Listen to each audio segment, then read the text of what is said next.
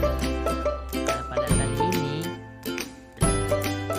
saya akan memberikan penjelasan tentang manajemen berbasis sekolah.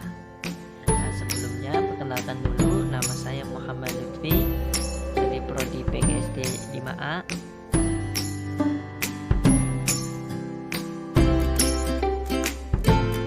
Dalam rangka membuat video kali ini bertujuan untuk memenuhi tugas mata kuliah manajemen berbasis sekolah.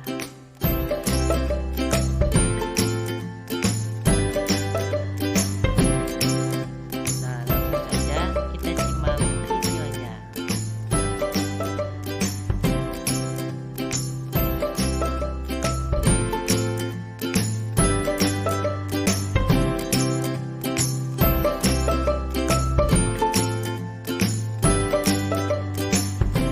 Pengertian manajemen berbasis sekolah atau yang disingkat MBS.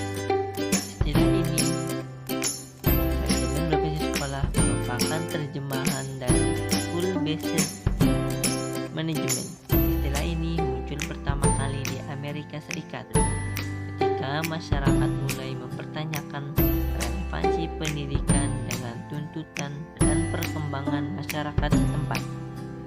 MBS merupakan paradigma baru pendidikan yang memberikan otonomi luas pada tingkat sekolah dalam kerangka kebijakan pendidikan nasional.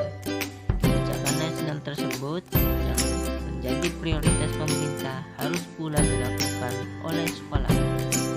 Pada sistem MBS, sekolah dituntut secara mandiri menggali, mengalokasikan,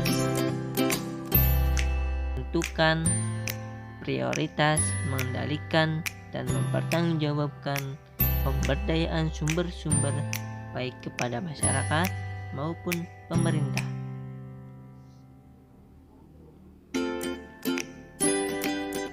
Selanjutnya ada pengertian manajemen berbasis sekolah menurut para ahli. Secara seleksial, manajemen berbasis sekolah atau yang kita singkat MBS berasal dari 3 kata, yaitu manajemen, berbasis, dan sekolah. Manajemen sendiri adalah proses menggunakan sumber daya secara efektif untuk mencapai sasaran. Nah, sedangkan berbasis memiliki kata dasar basis yang berarti dasar atau asas. Nah, selanjutnya ada sekolah. Sekolah sendiri adalah lembaga untuk belajar dan mengajar serta tempat menerima dan memberikan pelajaran. Berdasarkan makna leksikal tersebut, maka MBS atau manajemen berbasis sekolah dapat diartikan sebagai penggunaan sumber daya yang berasaskan pada sekolah itu sendiri dalam proses pengajaran atau pembelajaran dalam Nurholis 2003.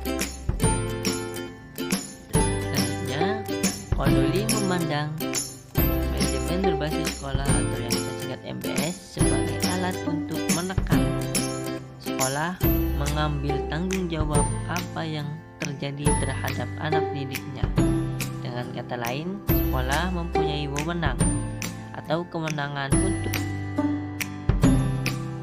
untuk mengembangkan program pendidikan yang sesuai dengan kebutuhan anak didik di sekolah tersebut. Dalam Hardianto 2004. Selanjutnya ada keuntungan manajemen berbasis sekolah.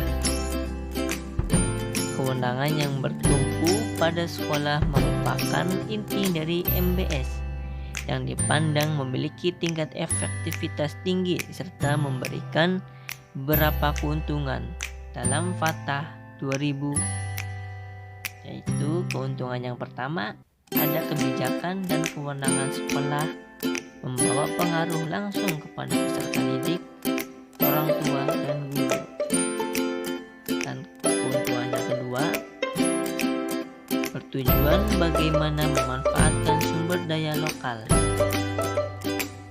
Yang ketiga, efektivitas dalam melakukan pembinaan peserta didik seperti kehadiran pemblokiran hasil belajar, tingkat pengulangan, tingkat putus sekolah, moral guru, dan iklim sekolah. Yang keempat, adanya perhatian bersama untuk mengambil keputusan, memberdayakan guru, manajemen sekolah, rancang ulang sekolah, dan perubahan-perubahan lainnya.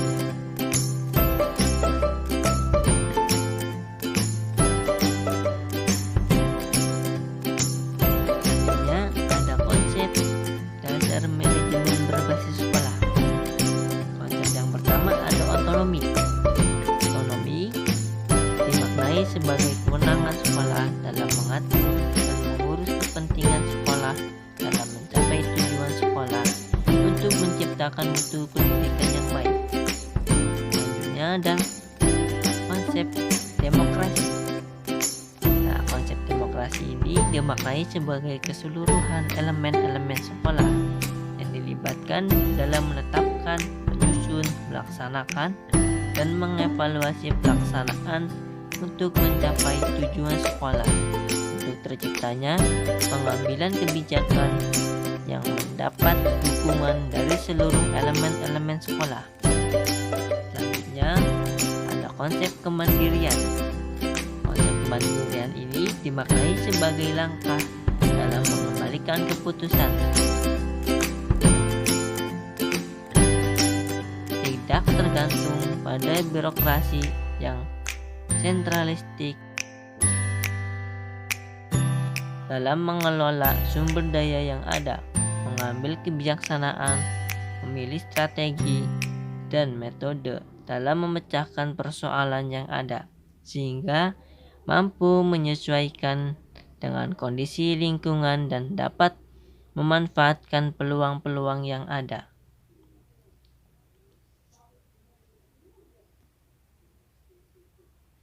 Selanjutnya ada manfaat manajemen berbasis sekolah. Manfaat manajemen berbasis sekolah atau yang kita singkat MBS akan menghasilkan nilai positif bagi sekolah, diantaranya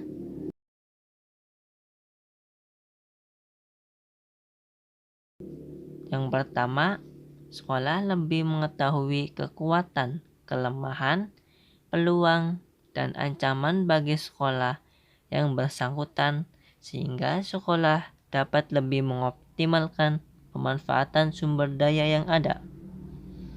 Yang kedua, sekolah lebih mengetahui kebutuhan skala prioritas. Yang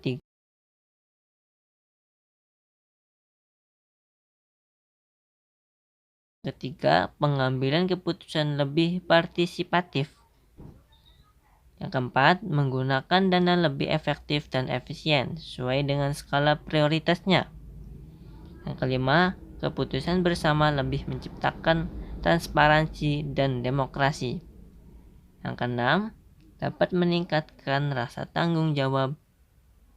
Dan yang terakhir atau yang ketujuh, menumbuhkan persaingan sehat sehingga diharapkan adanya upaya inovatif.